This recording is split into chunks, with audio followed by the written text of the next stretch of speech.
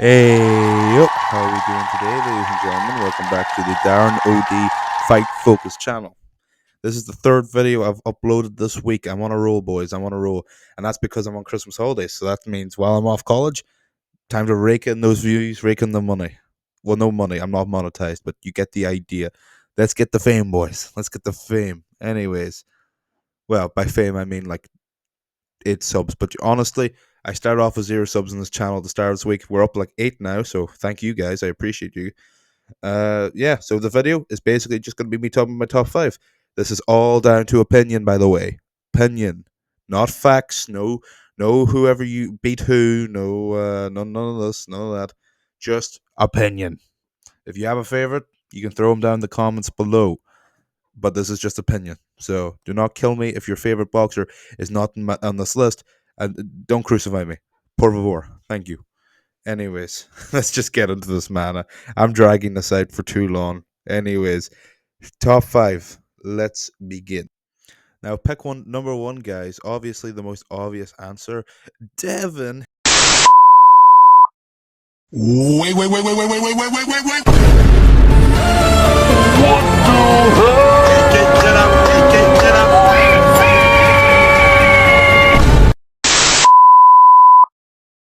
All Diddy party pools aside, guys, my choice for the lightweight division is pretty surprising. You might not know who he is. His name is Jose Valenzuela, and under the Terence Crawford and Madrimov card, he was the co-main event against Isaac Cruz, Pitbull, and he came out and won. He was a huge underdog. I don't think anyone really saw him winning. But yeah, Jose Valenzuela, he basically he's 16-2. One of his losses was by knockout. I think De Santos he lost to, I believe, by KO, and then he lost a very tight decision against a guy called, I think, Colbert. But a lot of people actually would have given it to Valenzuela that time. But he came onto this Isaac Cruz fight, and he was prepared. He got his title shot. That man, he got his title, man. He got his title. He came in. He was slick. He was quick, and he made Isaac Cruz look pretty bad, honestly.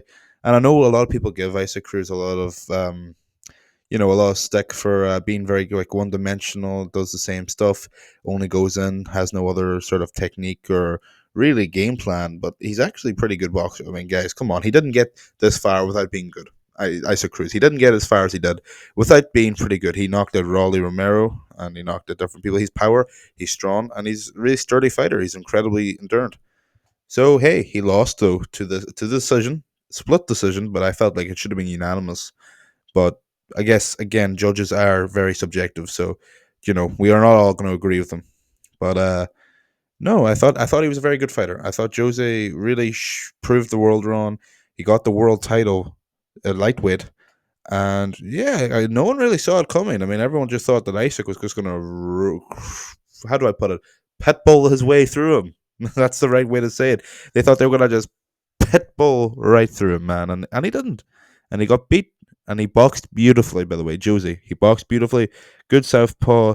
He's always in and out. He never gave any opportunity for Pitbull to really get him clean and knock him out. He was just a very good fighter. So yeah, and his story is like he came and his parents moved and they spent a lot of money like trying to get out of a poor, I believe, Mexico. They afforded to fly into the USA, and he trained in boxing, and he dedicated that win to his parents because they really committed and invested a lot. And I really thought that was a very sweet thing that he was that motivated. He got the title, he beat him, and he worked very hard for that, and he really just really made Pitbull look. Eh. So yeah, I mean, fair play, Jose. You're in my top five. You're in my top five. By the way, this top five is not in order. By the way, these are just five fighters I really like. Just had to throw that in there before we continued because I forgot to mention that. Anyways, on to the fourth favorite fighter. Next on the list, pretty recent upcomer in terms of popularity, a Daniel Dubois. Daniel Dubois takes number four. Yeah, I like him. I like him. I think he is a really cool guy, and I'll tell you why. Firstly, he can come back from a loss pretty well. He lost to Alexander Usyk in Poland, and it was a very controversial one. People talk about the low blow, and I do think it was just below the belt by a small margin. But regardless, it is what it is. I feel like they should rematch though. He's got the belt, and if Usyk beats Fury, he'll still have the belts. I'm just saying. Uh, so no, I think but Dubois bounced back from that loss, and then I think he went on to fight Big Baby Miller, who had £100 weight advantage on him. By the way, £100. Have you seen Gerald Miller? That guy looks like he should be doing sumo. He's a sumo wrestler. He's massive. He's a massive man. And Dubois came in, and I'm pretty sure he knocked him out. Not cold now, just to throw that out there, but pretty sure he just beat his arse, man. It was pretty dominant from Dubois. And then Dubois went ahead and fought, who was it? Philip Hrgovic. Hrgovic, is that how he's pronounced? He is from Croatia, though, so he's Croatian. But Philip is apparently a bit of a monster. Apparently, a boogeyman would be the right term. He was avoided by a lot of heavyweights. Dubois was the only one who took him on, and lo and behold, Dubois knocked him out too. A lot of blood was in that fight. That was in the what fight was that? That was on the 5v5, Queensbury versus Matchroom 5v5, and I'm pretty sure Queensbury absolutely battered the shit out of fucking Matchroom, man. Like even like that's the one where Deontay Wilder got knocked out last time, and that's still depressing to this day. But fair enough, it is what it is. It is what it is. But yeah, Dubois is incredible, and he's a great boxer, and he knows to come back from a loss. He lost originally to a boxer called Joe Joyce, but it wasn't because he got dominated or nothing like that. He had his orbital bone broke, and they just had to call off the fight because of it, because it was broken. And that's the a big difference I noticed in a lot of boxing matches is where another person could be really far more skilled, but break one certain bone, and bro, it's game over. It's game over. Joe Joyce is lost to Derek Chisora, who's 34 and 12, 13. It's like 13 losses, I think. At the end of the day, Dubois now would absolutely batter the hell out of Joe Joyce. Like, it wouldn't even be close, I don't think. Oh yeah, and may I say, obviously the elephant in the room, he knocked AJ out cold. Anthony Joshua made it look easy.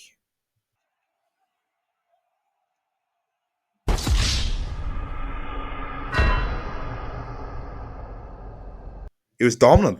He dropped him about 4 or 5 times before he finally knocked him out. Now, don't get me wrong, AJ was starting to liven up a little bit about 20 seconds before he got knocked out. The whole rest was all Daniel Dubois. Daniel Dubois looked fantastic. He looked very fantastic. But no, you know what? So fair play to Daniel Dubois. I think he doesn't get as much flowers as he deserves. And you know what? I love his social media. He doesn't care about doing these big flashy photos, and he doesn't care about making them look proper or cool. He's just Daniel Dubois. He posts random videos. He's just him. There's no like the fame hasn't got to his head after the AJ fight. He's just Daniel Dubois. He's just chilling.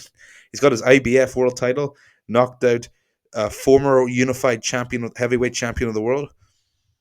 Damn, he's just enjoying life. He's just enjoying life. So that makes me really respect.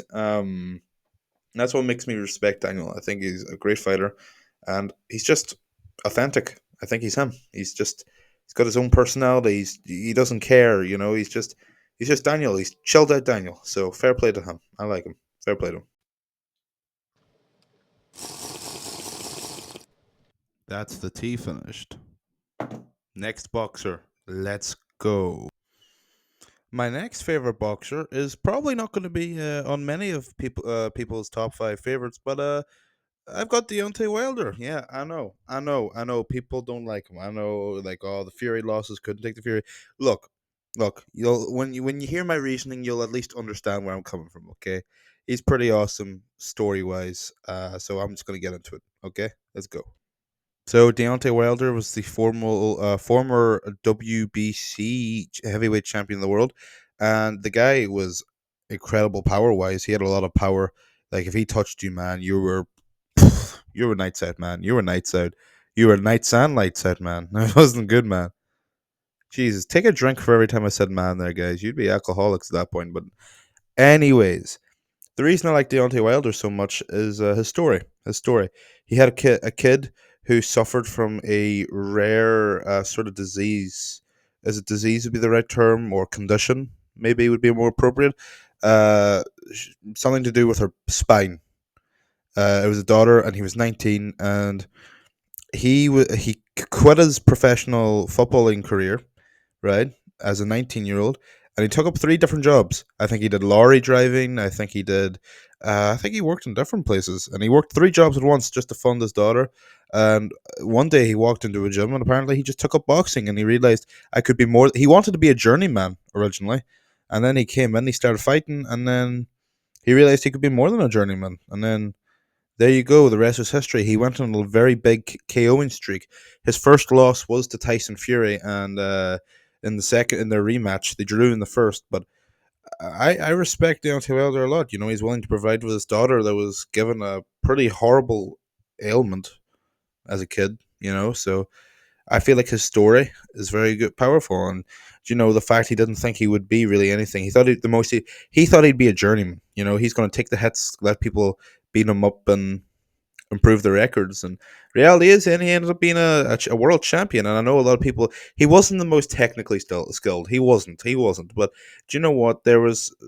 I feel like he revived a division that was slowly dying, and you know he became the first heavyweight champion in America, from America, since I think the early 2000s. I think like there was no world champion in around when he was there, like in the 2010s, for a good while. So then Deontay Wilder came in and said, "Screw it," and he got the WBC and world title. And yeah, the rest is history. I mean, yes, he has lost a lot recently against Joseph Parker, against Big Bang Zhang. I love saying his name, Big Bang Zhang. Uh, I love that guy. He's funny, but I love. No, I don't love. He lost to Joseph Parker, but he's a nice guy too. To be fair, he lost to Tyson Fury twice, and then he lost to Zhang, and it is what it is. But I would love to see Deontay Wilder versus Francis Ngannou. Okay, Francis Ngannou gave Tyson Fury a bit of a run for their money in their encounter, and got absolutely obliterated by AJ. But it is what it is. I would love to see Wilder versus Ngannou boxing match. I think it'd be awesome as a final send off. Maybe making a bit more money, or that, or AJ.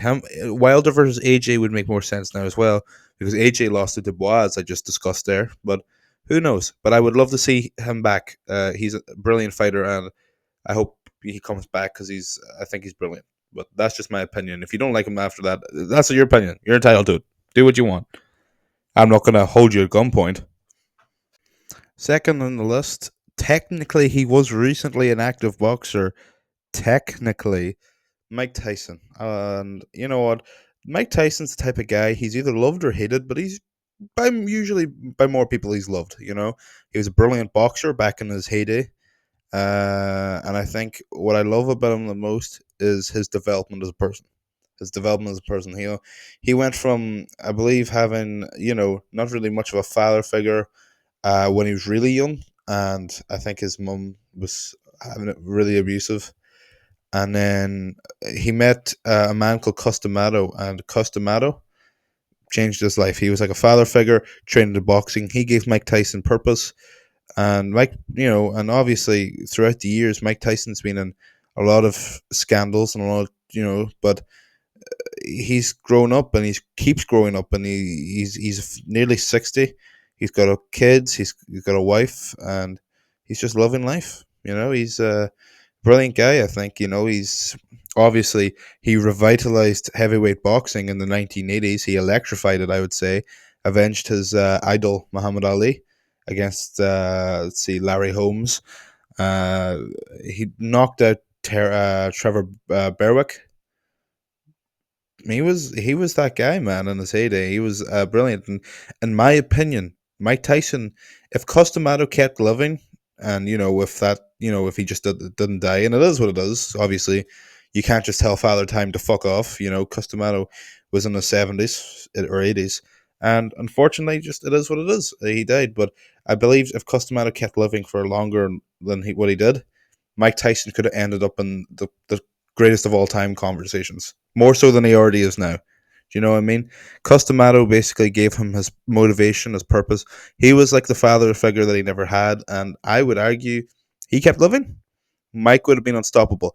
You having a now keep in mind, Customato was a fantastic trainer. He trained Floyd Patterson, who was a heavyweight champion, who lost to Sonny Liston. So that's the man Muhammad Ali was famous for. Do you know the big phantom punch, which I'll probably put up on screen right now, anyways. As you can see, if you everyone in sport, that is the most iconic image in sport history, by the way. That was Sonny Liston. And Sonny Liston, the man on the floor, was the man who beat Floyd Patterson, who was trained by Customato. And then Customato now also trained in the 1980s, 1970s. The legendary Iron Mike Tyson, Kid Dynamite. And I feel like I also just like that Mike's just growing up. He doesn't care. He's just happy. He's just with his family. He's doing whatever. He's doing what he wants now. And at the same, now don't get me wrong. You saw me really annoyed about that fight he had with Jake, but and he even turns out he said in a post the other day he told his wife, "Why did I even do this?" The next day he woke up against after the Jake Paul fight. Let him be. Let him be. Let him cook. Let him cook. You know what? It is what it is. It is what it is. And he made that decision. Jake offered him a shit ton of money, so I suppose he wasn't going to refuse it, was he? But hey, fair play to Mike. I guess as long as he's happy and healthy.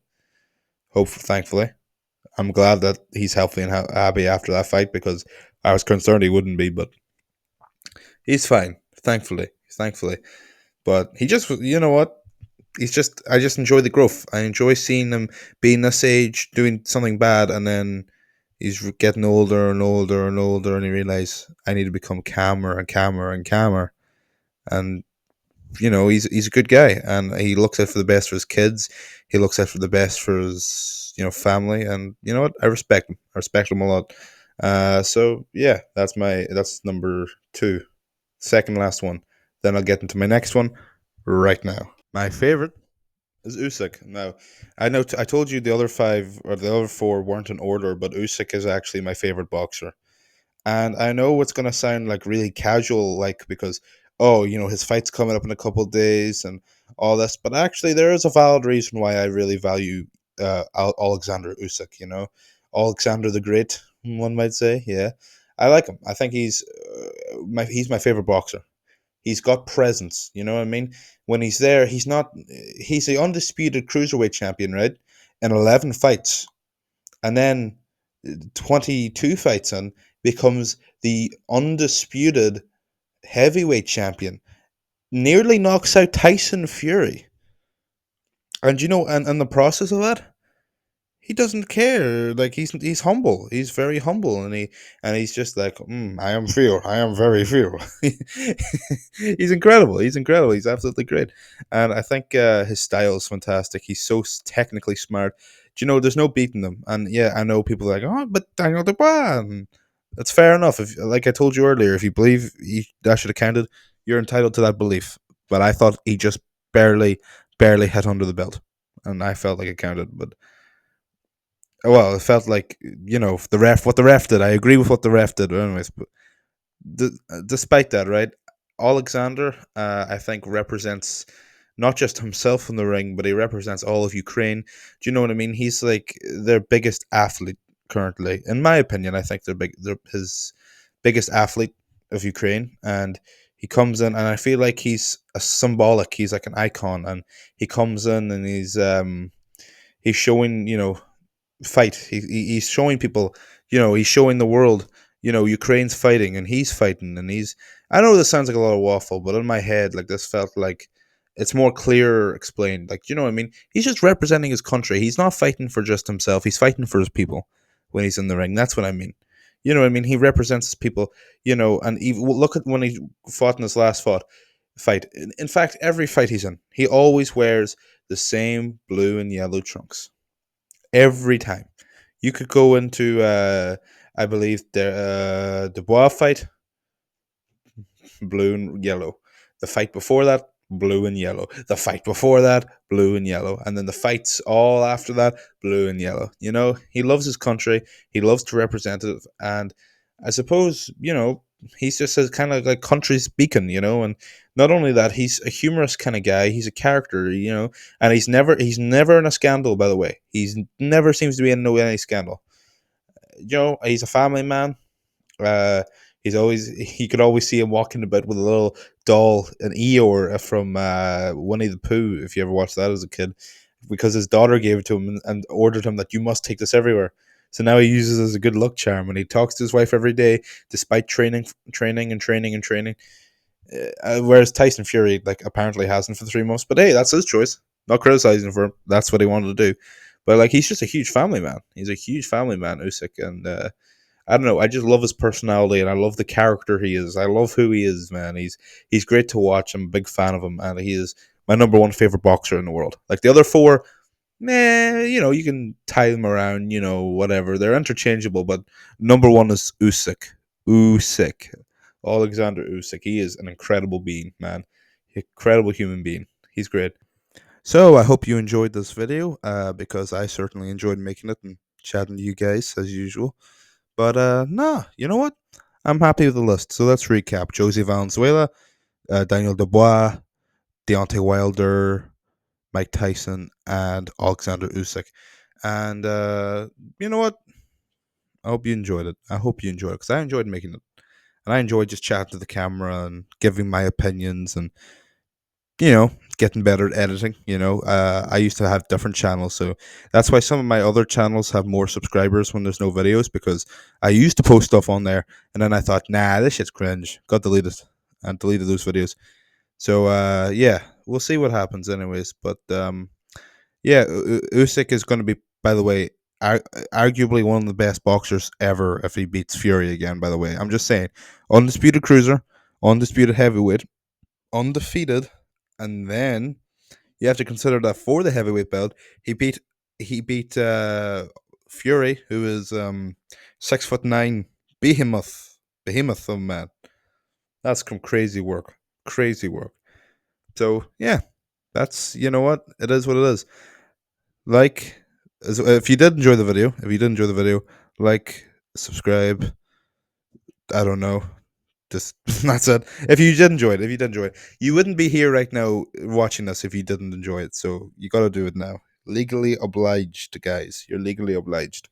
So not really, but I mean, I'm kind of hoping you would believe that, because you'd like it. Do it, please. Fingers crossed you will. Why am I still talking? I'm really getting this video out, aren't I? Anyways, we're done. We're done. Have a good one, guys. I will see you all later, bro.